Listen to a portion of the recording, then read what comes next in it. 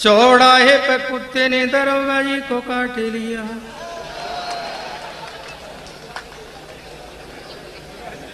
कि चौराहे पे कुत्ते ने दरोगा जी को काट लिया, पागल न हो जाऊं दरोगा घबराया, हर मुट्ठी बांध दौड़ा डॉक्टर के पास आया, डॉक्टर ने भी इंच लंबा इंजेक्शन लगाया।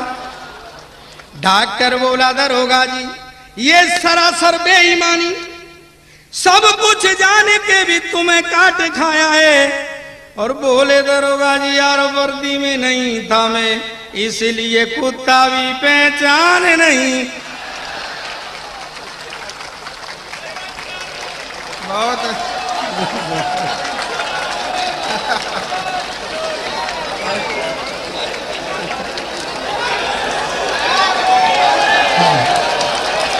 भाई पढ़ूंगा दोबारा के चक्कर में अपन एक अरब हो गए भैया।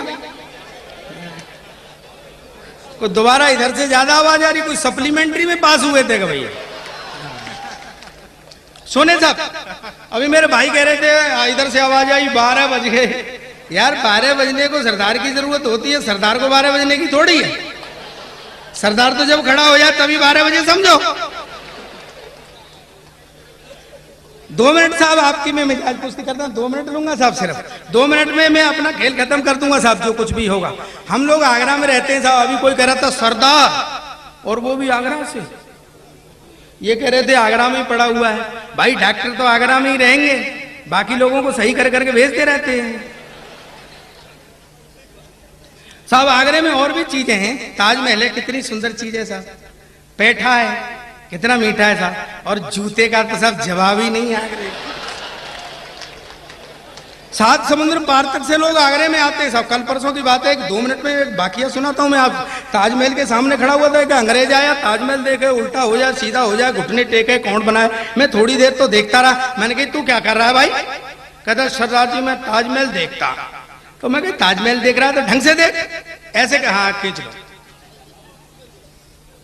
हाँ ठीक, मैं ताजमहल देख रहा है तो ढंग से देख, ऐसे कैसे देख रहा है? बोले तुमको पता है नहीं मैं सिविल इंजीनियर है, ऐसा ताजमहल बनवाएगा। मैं तेरा बाप भी बनवा ले ऐसा ताजमहल, किस कोई नहीं बना पाया। शाहजहां ने मुमताज महल के लिए बनवाया था, आज तक कोई कि नहीं तुम देख लेना मैं सिविल इंजीनियर है, ऐसा ताजमहल बनवाएगा। मैं तू नहीं बनवा पाएगा। बोला देखना मैं जरूर बनवाएगा।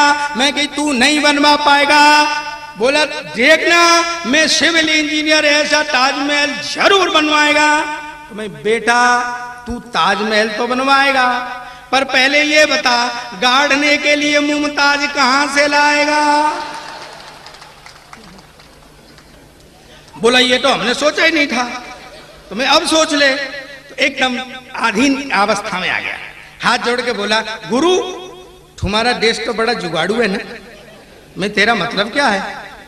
कहने नहीं मैं इसलिए बोलता कि तुम्हारे यहाँ तो तुम्हारा अटल बिहारी वाजपेयी का सरकार भी जुगाड़ से चलता। मैं तू सरकार की बात कर रहा है? अटल बिहारी वाजपेयी खुद जुगाड़ से चल रहा है। कहने नहीं मैं इसलिए बोलता कि गुरु कोई ऐसा मंत्र बताओ और शाहजहां से भी मेरा नाम बड़ा हो जाए, ऐसी कोई जुगाड़ लगाओ। मैं लगा दी।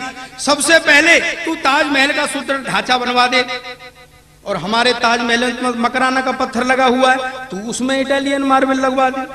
इसके बाद उसमें हीरे पन्ने मोती और माणिक जड़वा दे। और शाहजहां ने तो अपनी भी मरी हुई गड़वाई थी, तू अपनी को जिंदगी गड़वा दे। बोला थोड़ा टिपिकल है, लेकिन साहब ये अंग्रेज लोग हमको वही भोला हिंदुस्तानी समझते हैं, मुझे नीचा दिखाना चाहता था। बोला सरदार जी तुम्हारे पास ताजमहल के अलावा है क्या? तुम्हारा देश बहुत गरीब। मैंने सुन बे बहुत देर हो गई तुझे। पहली बात तो यह कि मेरा देश गरीब नहीं और है तो तुझे क्या मतलब? नहीं तुमको पता है हमारे यहाँ का मजदूर महीने में $5000 कमाता। मैं फिर बोला $4000 खर्च कर देता। मैं आदरणीय नेता लोगों को सौंप रहा हूँ ये वाक्य। मैंने कही भाई $5000 कमाता है, $4000 खर्च कर देता है, काहे पे कर देता है? बोला हमारा सरकार ये नहीं पूछता है। तो मैं ये कौन सी बड़ी बात है? मेरे यहाँ का एक MLA MP 10,000 रुपए तनख्वाह पाता है और महीने में 1 करोड़ खर्च करता है।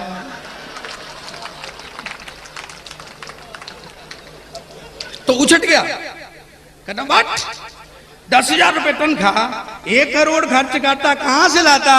मैं हमारी भी सरकार नहीं पूछती है। बहुत अच्छा है भाई, अच्छा। साहब वो तो मेरे पीछे पड़ गया, बोला तुम हिंदुस्तान की मैच करता, क्या जानता हिंदुस्तान के बारे में, मैं पूछ ले। बोला तुम्हारा राष्ट्रीय पक्षी, मैंने कहा मोर। बोला तुम्हारा राष्ट्रीय पशु, मैंने कहा शेर।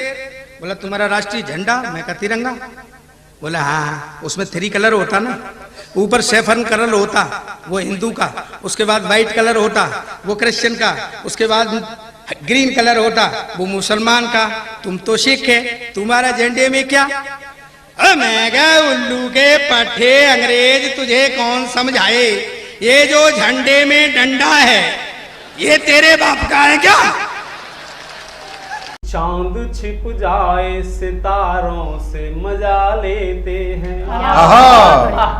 चांद छिप जाए सितारों से मजा लेते हैं, और फूल मिलते नहीं खारों से मजा लेते हैं। वाह वाह वाह। और उनके दीदार सामने से जब नहीं होते, हम तो छुप छुप के दरारों से मजा और टेंशन नहीं लेते साहब कि छत टपके तो फव्वारों का मजा लेते हैं। छत टपके तो फव्वारों का मजा लेते हैं, और टूटे कमरे में बहारों का मजा लेते हैं। टूटे कमरे में बहारों का मजा लेते हैं, और मूंगफलियों को भी बादाम समझ खाते हैं, और बेर खा करके छुआरों का मजा लेते हैं। टेंशन नहीं लेते, मजे लेते हैं, जिंदगी में आनंद ही आनंद है। और हम तो रोतों को घड़ी भर में हंसा लेते हैं। हम तो रोतों को घड़ी भर में हंसा लेते हैं, जैसे मछुआरे मछलियों को फंसा लेते हैं। जैसे मछुआरे मछलियों को फंसा लेते हैं, और कोई जलता है तो जलता रहे जलन लेकर, हम जहन्नुम में भी जन्नत का मजा लेते हैं। क्या बात है, वाह वाह। टेंशन नहीं लेते हैं, मस्त रहते हैं, और मस्त रह करके जिंदगी जीते हैं। और मेरा आज मन है कि मैं बेटियों के लिए 2-4 पंक्तियां दूं। जरूर जरूर। बेटियों को पढ़ाना, बेटियों को आगे बढ़ाना बहुत जरूरी है। हास्य की कविताएं तो बहुत होती हैं, मैं वो भी सुना दूंगा।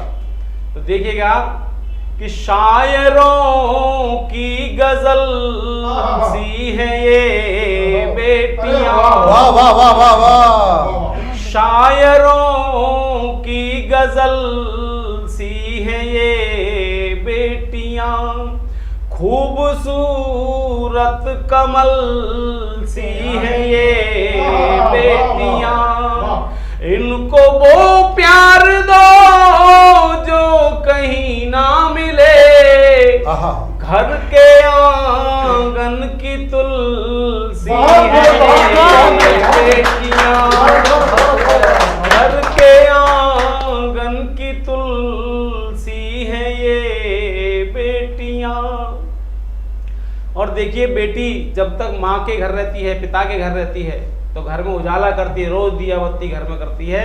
और जब पति के घर चली जाती है तो वहां जाकर के भी रोज अंधेरे को उजाले में बदलती है, दिया बत्ती वहां भी करती है। दोनों घरों को रोशन करने वाली एक बेटी ही है, और इस बेटी का सम्मान हमें उस हालत में करना चाहिए। लोग कहते हैं कि बेटियों से वंश नहीं चलते, बेटों से वंश चलते। मैं कहता हूँ बेटियों से ही वंश चलते हैं। बेटी अपना घर बसाती है, अपना परिवार बनाती है, और परिवार का वंश उसका चलता है। तो देखिएगा कि बेटियों के बिना वंश चलते नहीं, फैलते फूलते वंश फलते नहीं। और बेटियां घर नहीं, घर कभी घर नहीं, ये न हो तो जलते नहीं, ये न हो तो क्या बात दिए घर में जलते नहीं। और देखिए कि बिन सितारों के अंबर अधूरा लगे, आहा, वाह। उर्मियों बिन समुंदर अधूरा लगे, और तितलियों के बिना जो अधूरा चमन, तितलियों के बिना जो अधूरा चमन, बेटियों के बिना घर अधूरा लगे, वाह वाह वाह बेटियों वाह। के बिना घर अधूरा लगे।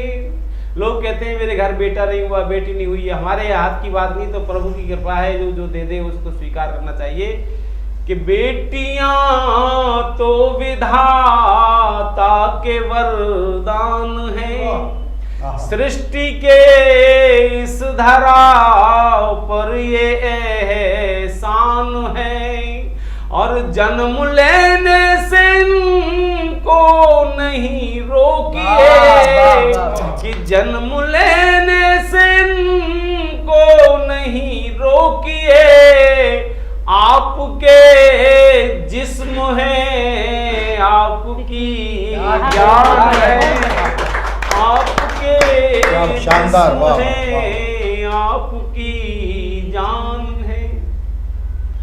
और इसी क्रम में मैं आपको बता दूं कि एक बेटी मेरे घर में भी आएगी, मेरे ससुर साहब की।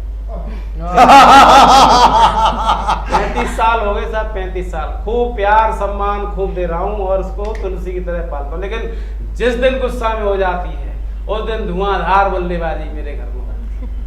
और कैसे होती है कि फिर मैं अपने ससुर साहब को, अपने पर ससुराल वालों को फोन करता हूँ कि अपनी लाड़ो बिटिया को कुछ दिन बुलवा लो पापा जी, कि अपनी लाड़ो बिटिया को कुछ दिन बुलवा लो पापा जी, और रोज रोज के झगड़ों से तुम मुझे बचा लो पापा जी, रोज रोज के झगड़ों से तुम मुझे बचा लो पापा जी। दफ्तर जाना पड़ता है, हम 5 बजे उठ जाते हैं, पहले पानी भरते हैं फिर चूल्हा भी सुलगाते हैं, 6:15 बजे चाय बना धन्नों को जगाना पड़ता है, 6:15 बजे चाय बना धन्नों को जगाना पड़ता है, कभी कभी तो गुस्से में थप्पड़ भी खाना पड़ता है, थप्पड़ खाकर भी जिंदा है हमें संभालो पापा जी, अपनी लाड़ो बिटिया को कुछ दिन बुलवा लो पापा जी। और वैसे तो दिन में 9-10 मौसमी का रस पीती है, कि वैसे तो दिन में 9-10 मौसमी का रस पीती है, और फिर भी मेरा खून पिए बिन नहीं एक पल जीती है, मेरा खून पिए बिन नहीं एक पल जीती है, मेरी गलती पर मेरे बच्चों को पिटना पड़ता है, मेरी गलती पर मेरे बच्चों को पिटना पड़ता है, और ऐसे में मुझको कछुए की तरह सिमटना पड़ता है, कछुआ बनकर रेंग रहा हूँ मुझे उठा लो पापा जी, अपनी लाड़ो बिटिया को कुछ दिन बुलवा लो पापा जी, कि बिस्तर भी तय करता हूँ, खटिया भी रोज उठाता हूँ, झाड़ू पोंछा बर्तन करता, रोटी रोज पकाता हूँ, खाना मुझसे ही बनवा कर सबसे पहले खाती है, और रोज कचौड़ी खा खा करके चौड़ी होती जाती है। रोज कचौड़ी खा खा करके चौड़ी होती जाती है। फैलाता हूँ झोली अपनी, कुछ तो डालो पापा जी। अपनी लाड़ो बिटिया को कुछ दिन बुलवा लो पापा जी।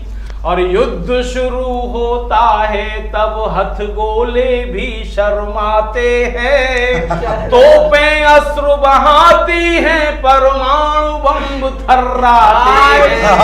तोपें अश्रु बहाती हैं, परमाणु बम थर्राते हैं। और घर की पौड़ी के बाहर जब बर्तन फेंके जाते हैं, घर की पौड़ी के बाहर जब बर्तन फेंके जाते हैं, ऐसे में हम अपनी खटिया के नीचे घुस जाते हैं। ऐसे में हम अपनी खटिया के नीचे घुस जाते हैं। हम खटिया के नीचे हैं, तुम खींच निकालो पापा जी। और अपनी लाड़ो बिटिया को कुछ दिन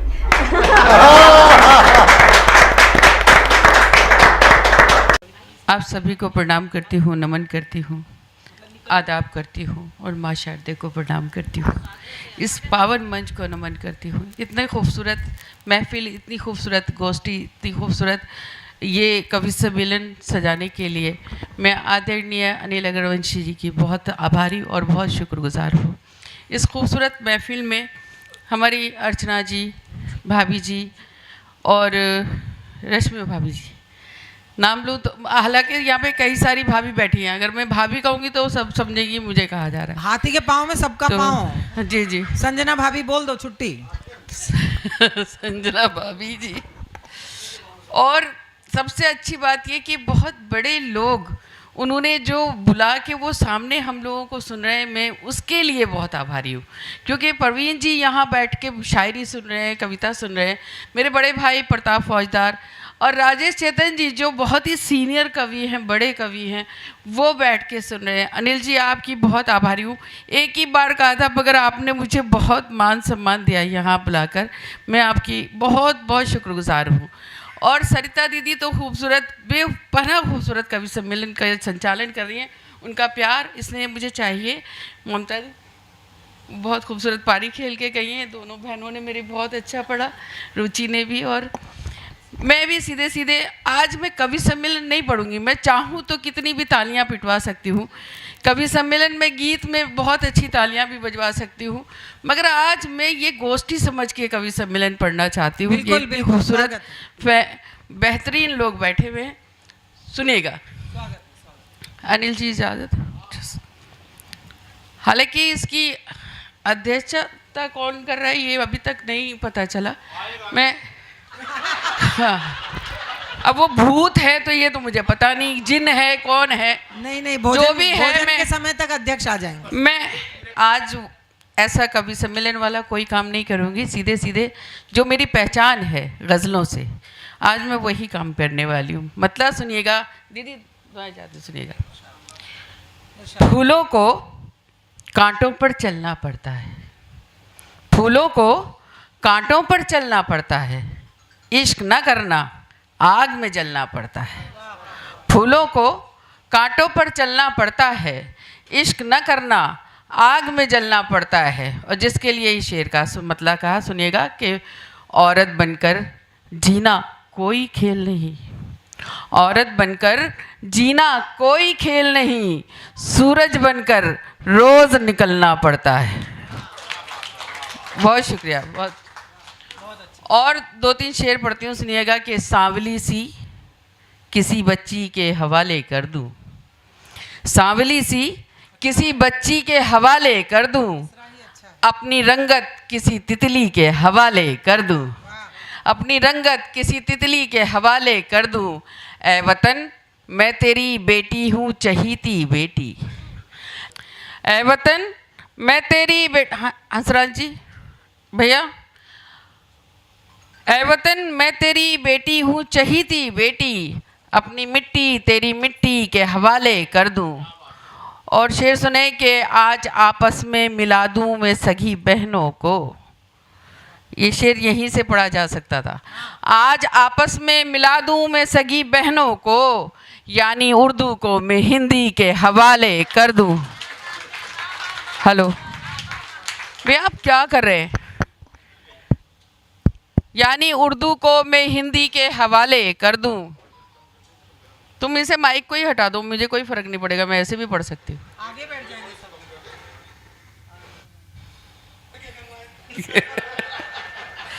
शेर सुनिएगा।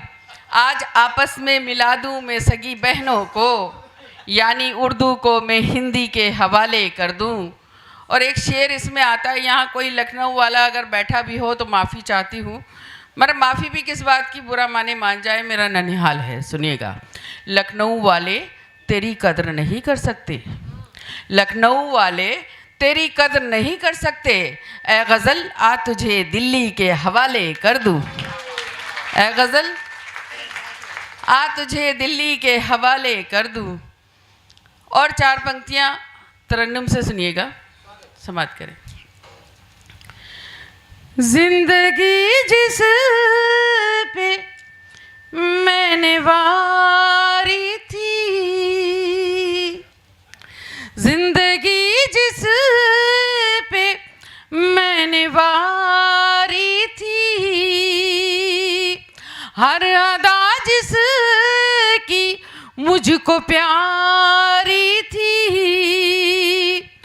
वो नजर से उतर गया है अना, वो नजर से उतर गया है अना, वाह वाह वाह। मैंने जिसकी नजर नजर उतारी थी। वाह वाह वाह वाह। बहुत शुक्रिया, बहुत आभारी हूँ। मैं यहाँ सिर्फ शायरी सुनाऊंगी, कोई ऐसी हरकत नहीं करूँगी। एक गज़ल के लिए मुझे ख़ास तौर पे हुक्म हुआ है। मतलब ये बता रही हैं कि मैं हरकतें भी कर लेती हूँ? कवि सम्मेलन में सभी करते हैं, नहीं, सभी ये नहीं। कहने की ज़रूरत नहीं है मुझे नहीं। क्या होता है कवि सम्मेलन में, और ऐसी गोष्ठी और ऐसी खूबसूरत महफिलों में क्या होता है ये भी। मुझे शायरी सुनाना भी आती है और कवि सम्मेलन सुनाना भी आता है। सीधे सीधे एक गज़ल सुनाती हूँ, समझ। ये प्यार भरा, ये प्यार भरा लहजा दिलगीर ना बन जाए। सुनिए। ये प्यार भरा लहजा आहा, दिलगीर ना बन जाए, कह कह के गजल मुझ पर वो मीर ना बन जाए। वाह वाह वाह वाह। कह कह के गजल मुझ पर वो मीर ना बन जाए। और शेर सुनाती हूँ, सुनिएगा। भाई साहब हाथ खोल लें तो अच्छा लगेगा मुझे। हाँ, हाथ बांध के मत बैठे, सुने। लाना है ख्यालों को एहसास के कागज पर, लाना है ख्यालों को एहसास के कागज पर, डरती हूँ कहीं तेरी तस्वीर ना बन जाए।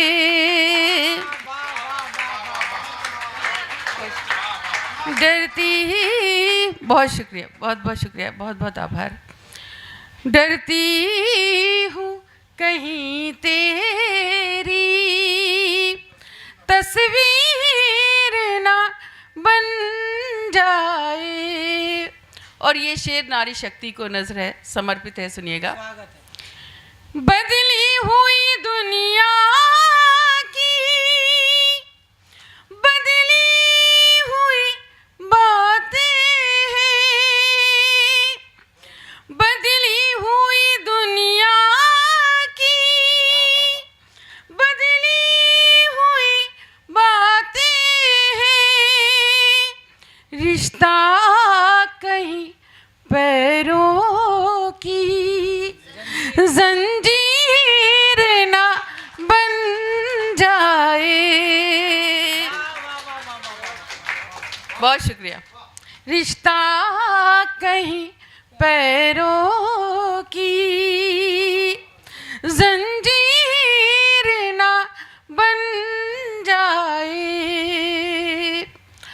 और ये खास तौर पे शेर आप तक पहुंचाती हूँ।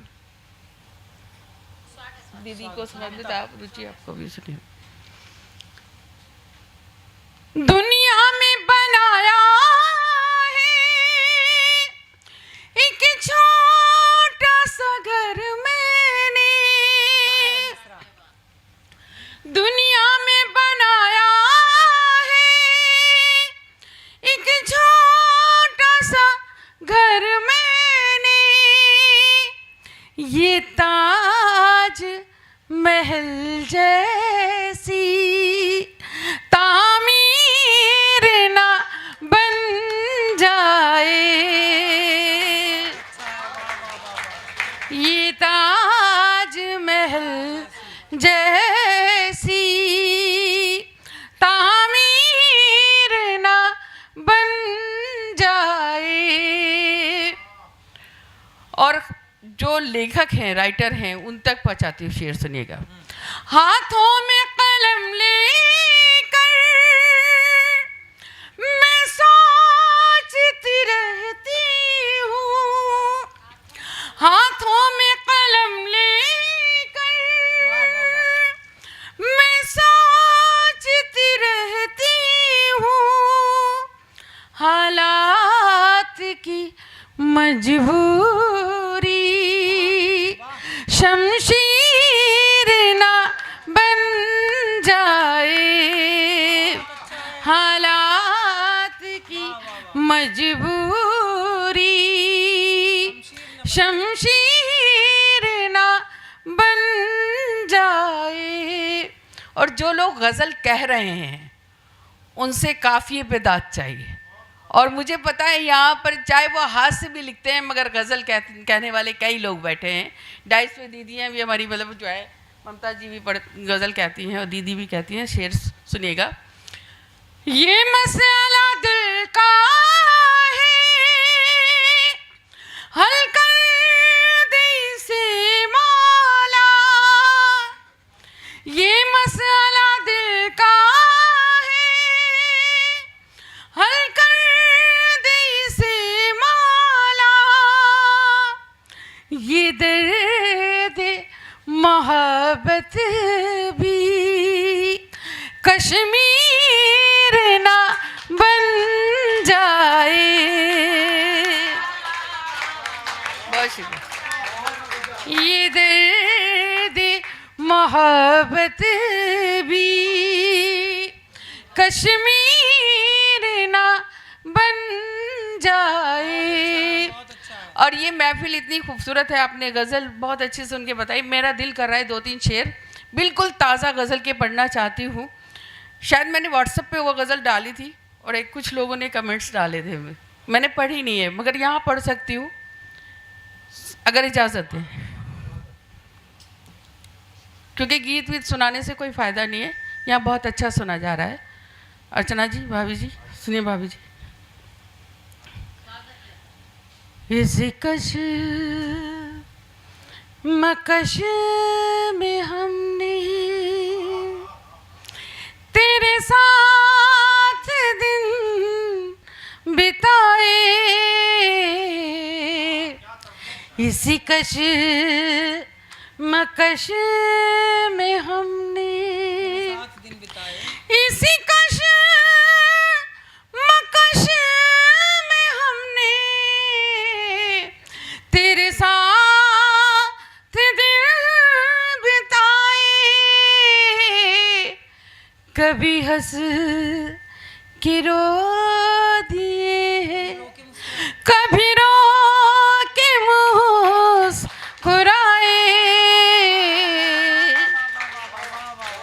बहुत शुक्रिया, बहुत शुक्रिया, बहुत बहुत शुक्रिया, बहुत बहुत शुक्रिया। कभी हंस के रो दिए हैं, कभी। अनिल जी, मैंने गाना सीखा नहीं है मगर आपसे ज़रूर सीखूंगी आगे। सुनिएगा। इसी कश मकश में हमने, और शेर खास तौर पे डाइस से भी, मंच से भी और आप तक भी पहुंचाती हूँ। सुनिए। मुझे प्यार करने वाले मुझे देखने भी आ जा, मुझे प्यार करने वाले मुझे प्यार करने वाले कभी देखने भी आ जा, मुझे प्यार करने वाले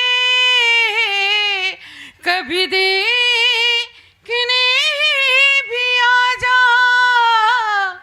ये चिराग जलते जलते किसी रोज बुझ न जाए। बहुत शुक्रिया, बहुत शुक्रिया, बहुत शुक्रिया। ये चिराग जलते जलते किसी रोज बुझ न जाए।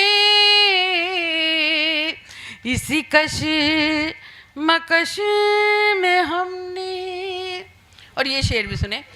मैं अकेले रहते रहते किसी रोज मर न जाऊं, मैं अकेले रहते रहते, मैं अकेले रहते रहते किसी रोज मर न जाऊं, किसी रोज मर न जाऊं। जिन्हें दिल से चाहती थी वही हो गए पराए। बहुत शुक्रिया। जिन्हें दिल से चाहती थी वही हो गए पराए। इसी कश मकश में हमने, और गज़ल का सबसे खूबसूरत शेर, जो लोग नहीं भी ताली बजा रहे हैं देखती हूँ कैसे खामोश रह सकते हैं। सुनिएगा। मैं अकेले रहते रहते हम दोनों जिंदगी के उसी मोड़ पर खड़े थे, हम दोनों जिंदगी के, हम दोनों जिंदगी के उसी मोड़ पर खड़े थे, उसी मोड़ पर खड़े थे। मैं उन्हें न देख पाई, वो मुझे न देख पाए।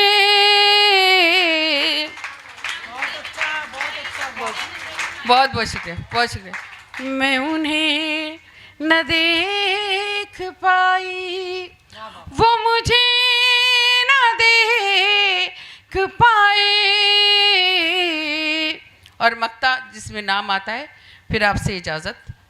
सुनिएगा। मेरे घर के बाम उधर भी है ना बदल न जाए, मेरे घर के बाम उधर भी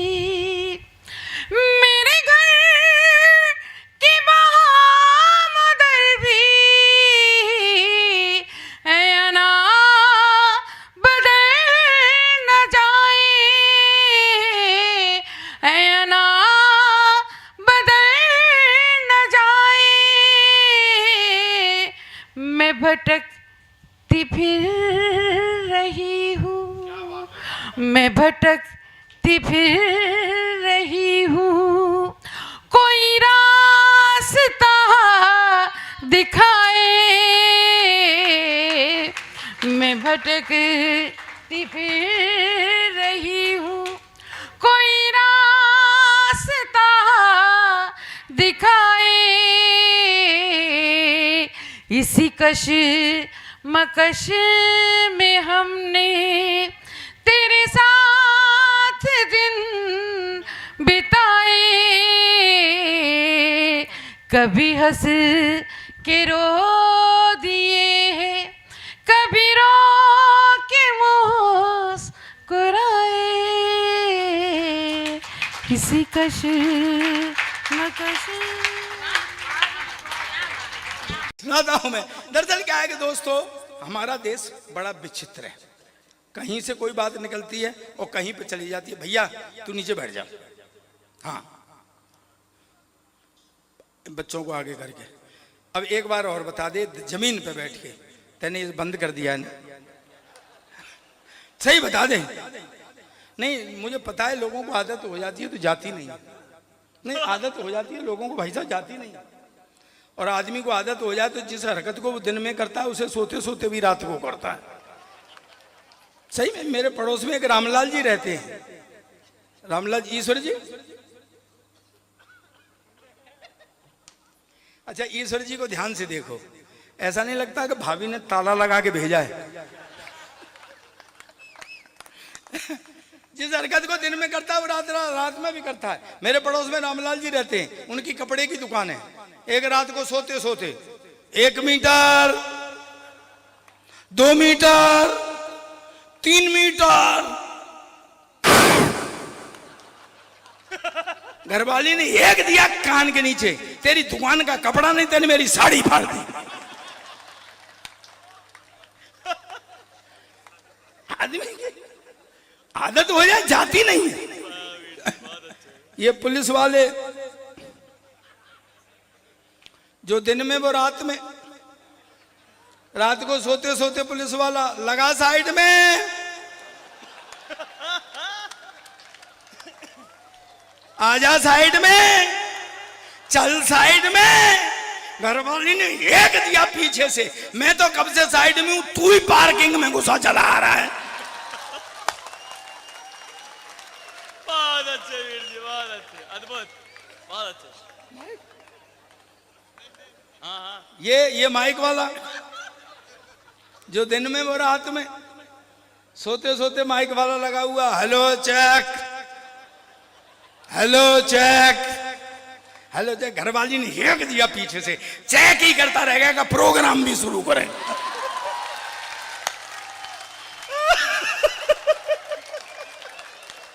जी हाँ वीर जी, यही लोकानंद है, इसी के लिए कवि सम्मेलन होता है। छोटे छोटे बच्चे बैठे हुए हैं, 12 बज गए। मैं तो सोच रहा था कि नौखा के बच्चे अगर रोज इस टाइम तक जगते होंगे। आप गलत समझ रहे हैं भाई साहब, मेरा मतलब है सुबह स्कूल जाने में परेशान करते हो। बच्चा एक मेरे पास भी है, पिछले 5 साल से एक ही क्लास में पढ़ रहा है।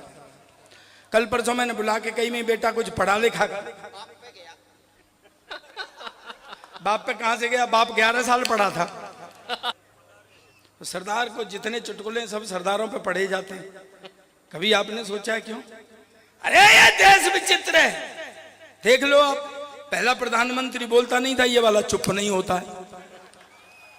भाषण दूंगा, इस पे भी भाषण, उस पे भी भाषण। मेरी तो सरदारनी कह रही थी, क्यों जी ये करवा चौथ पे भी भाषण देगा क्या? पूरे देश में शौचालय बनाएंगे। अब कुछ बनाइए बचाने के लिए। फिर वहां गए जम्मू कश्मीर, ना खाऊंगा ना खाने दूंगा। तो क्यों भाई, जब तुम खाओगे नहीं और खाने भी नहीं दोगे तो शौचालय बनवाने की जरूरत क्या है? एक नई चीज सुनाता हूं, सुनना। नोटबंदी हुई थी, नोटबंदी, मैंने वहां से हाथ से निकाला, सुनना। एक बार तालियां बजाओ मस्ती में, मुझे पीछे तक पता लगेगा आप पूरी मस्ती में आ गए। नोटबंदी हुई थी, उन्होंने नोटबंदी तो इसलिए की कि काला धन बाहर आ जाएगा। काले धन वाले कुछ और ही कर रहे थे। आपने देखा होगा, अखबारों में पढ़ा होगा कि काले धन वालों ने इतना सोना खरीदा कि सोने के स्टोरों में सोना खत्म हो गया था। ये हेडलाइन लगी थी। अच्छा, मोदी को ये पता लग रहा था कि लोग क्या कर रहे हैं। वो आ जाता था भाई, शाम को आता था 8 बजे। मित्रों, आदमी साला अपने घर में बैठा हुआ डरता था कि भाई आज और क्या लेने आ गया। सच बता रहा हूं, पीछे तक मजा। बैठ भाई, ओए भाई, दोनों बैठो बैठो बैठो बैठो, दोनों तू भी बैठ, लाल वाले बैठ नीचे।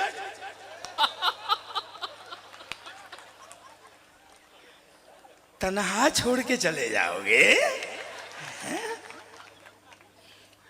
अच्छा, वो शाम को भगवान के सब मैंने ऐसे सीन देखे हैं, जैसे ही शाम 8 बजे आते थे मोदी। मित्रों, तो आदमी एक हाथ दिल पे और एक पॉकेट पे रख लेता कि आज लुटे। अच्छा, सही बताना, मुझे सही बताना ईमानदारी से, आपने 2000 का नोट देखा है? देखा है 2000 का नोट? देखा ना? अब ईमानदारी से बताना, जैसा मोदी जी का व्यक्तित्व है ऐसे 2000 के नोट का नहीं है। थोड़ा ऐसा लगता है चूरन की बैंक जैसा। सर, मेरे घर में झगड़ा हो गया, सरदारनी बोली तू लॉटरी खेलने लगा है क्या? मैं, तेरा मतलब क्या है? बोले तेरी जेब में 2 लॉटरी के टिकट निकले हैं। मैं कहा फिर? बोले मैंने फाड़ दिए। अब क्या हुआ कि मोदी जी रोज नेम बदल के, क्या है, कैसे जा रहा है इसको देख, कैसे पकड़ रखी है इसने। बोतल का तरीका होता है पकड़ने का, मैं बता रहा हूं। अगर ऐसे पकड़ रखी है तो पिएगा।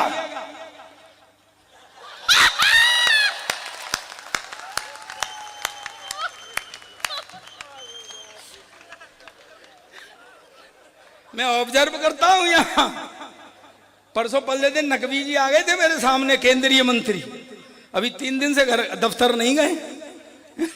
हाँ, तो क्या है कि वो अब जो मोदी जी रोज नेम बदल के आ रहे थे। गुरु मैंने देखो कहां से हंसी निकाली है, ठाका लेना। जो सोना खरीद लाए वो पड़े परेशान कि गुरु भाई ये तो 8 बजे आ जाता है रोज नेम बदल के, कहीं ऐसा नहीं हो किसी रात को आए। मित्रों, आज रात 12 बजे के बाद सोना लोहा माना जाएगा। जाओ खरीद लाओ सोना। अच्छा, कुछ तो इस गुंताड़े में थे कि गुरु इनने अपनी तो छोड़ रखी है। ये भी हो सकता है कि किसी शाम को आए, कहते मित्रों आज रात 12 बजे के बाद आपकी पुरानी पत्नी का टेंडर समाप्त होता है। कल किसी भी केंद्र पर जाके पुरानी को नई में बदलवा लें। सबसे बड़ा नुकसान मेरा हुआ, सबसे बड़ा नुकसान। ताऊ सेका बाटी कहाँ है नारायण जी? भरपाई आपको करनी है। सबसे बड़ा नुकसान मेरा हुआ है। जब पैसे नहीं मिल रहे थे खर्चे के लिए तो मोदी जी ने एक ऐलान किया था कि जितना आप जमा करोगे उसका 50% वापस होगा। 50%। मैं बड़ा खुश हुआ। मैं कहा गुरु सरदारनी 45 की है।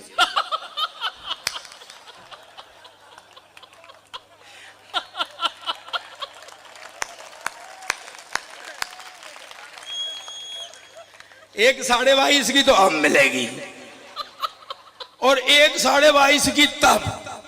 लेकिन दोस्तों पानी फिर गया मेरे सब इस पर, क्योंकि ये बैठे हैं ना हरिओम जी, ये बहुत होशियार हैं।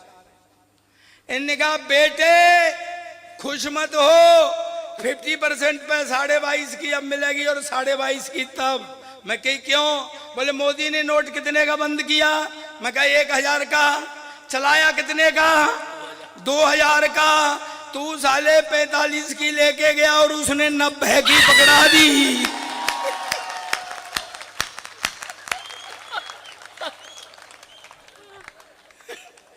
तो बेटा सेवा ही करते रहना।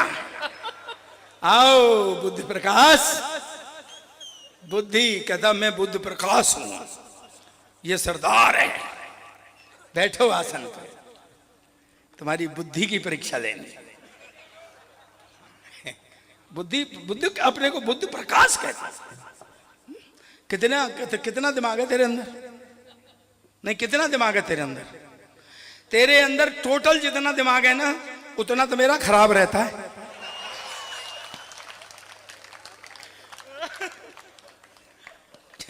आज आपका संस्कृत पढ़ा, क्या जन्मदिन है? माफ किया। तेरे से पहले यहाँ और भी विद्वान हुए हैं। सिंहो व्याकरण कर तुर हर तुन प्राणान प्रिय पाणिनि। क्या बात है। पाणिनि का नाम सुना है? संस्कृत व्याकरण के रचयिता थे। उनको शेर खा गया था, वो भी विद्वान थे, तो वो भी विद्वान है। और भी हुए हैं विद्वान यहाँ हैं? इसके लिए शेर, ये नहीं, शेर नाश्ता तो कर ही लेगा कम से कम। और भी विद्वान हुए हैं यहाँ, मैंने लिख लिए थे इसमें। मैंने कैसा लिखा है? ये गिर रहा है। ट्रेन का टाइम टेबल होगा है? नहीं, दूसरे विद्वान हुए हैं। मीमांसा कृत मन्म माथ सहसा हस्ते मुनिम जैमिनी। ओ कर्मकांड मीमांसा के रचयिता मुनि जैमिनी, उनको हाथी ने मार दिया था। ये भी विद्वान है। और भी हुए हैं विद्वान यहाँ। छंदो ज्ञान निधिम जघान मकरे बेला तटे मुनि पिंगलम। छंद शास्त्र के रचयिता, बेला नदी के तट पर मुनि पिंगल को मगरमच्छ खा गया था। चौथा विद्वान ये है। संभल के जाना, बाहर सांड घूम रहा था। वो बच्चा छूट गया मेरे हाथ से।